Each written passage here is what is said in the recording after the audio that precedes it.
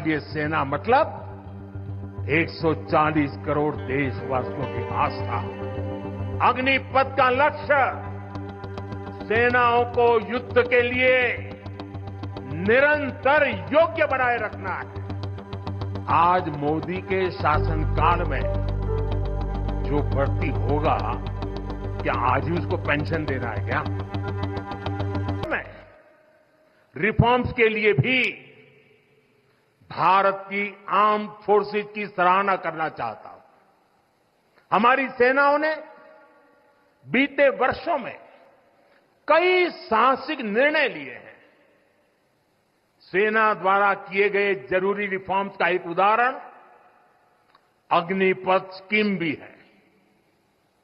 दशकों तक संसद से लेकर अनेक कमेटी तक में सेनाओं को युवा बनाने पर चर्चाएं होती रही है।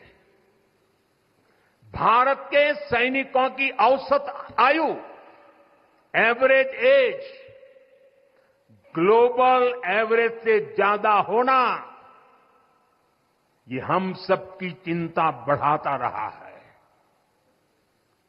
इसलिए ये विषय वर्षों तक अनेक कमिटियों में भी उठा, लेकिन देश की सुरक्षा से जुड़ी इस चुनौती के समाधान की पहले इच्छा शक्ति नहीं दिखाई गई। हमारे लिए सेना मतलब 140 करोड़ देशवासियों की आस्था। अग्निपथ का लक्ष्य सेनाओं को युवा बनाना है। अग्निपथ का लक्ष्य सेनाओं को युद्ध के लिए निरंतर योग्य बनाना। एक अग्निवीर जवान को लूटपाट के आरोप में गिरफ्तार किया गया है। वो इन दिनों छुट्टी पर घर आया हुआ था। पुलिस ने उसके साथ 2 और लोगों को कार लूटने के आरोप में पकड़ा है। उसका कहना है कि इन लोगों ने यूपी से हथियार खरीदे, फिर मोहाली में लूट की कई वारदातों को अंजाम दिया। हाल ही में इन्होंने मोहाली में गन पॉइंट पर एक कार लूटी। हिंदुस्तान टाइम्स की रिपोर्ट के मुताबिक मोहाली पुलिस ने 24 जुलाई को छप्पर चिरी के पास हुई कार जैकिंग छिनैती के मामले में 3 लोगों को गिरफ्तार किया था।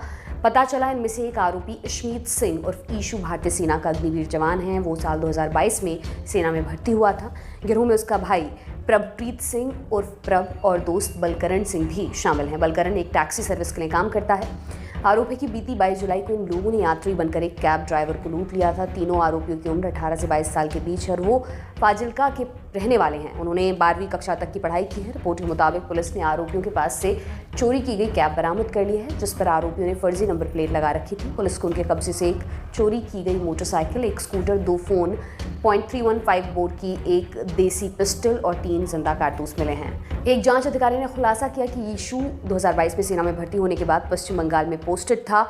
वो मई में 1 महीने की छुट्टी पर घर आया हुआ था, लेकिन कम वेतन के कारण वो वापस नहीं लौटा। अधिकारी ने बताया वह यानी कि यीशु अपने परिवार से दूर रह रहा था। उसे 20,000 का मामूली वेतन मिलता था और वह अपने भविष्य को लेकर अनिश्चित था, इसलिए वह सेना में वापस नहीं लौटना चाहता था। ऐसा लगता है कि उसने अपराध करने का मन बना लिया है, क्योंकि वो एक हथियार खरीदने के लिए उत्तर प्रदेश के कानपुर गया था, जिसका इस्तेमाल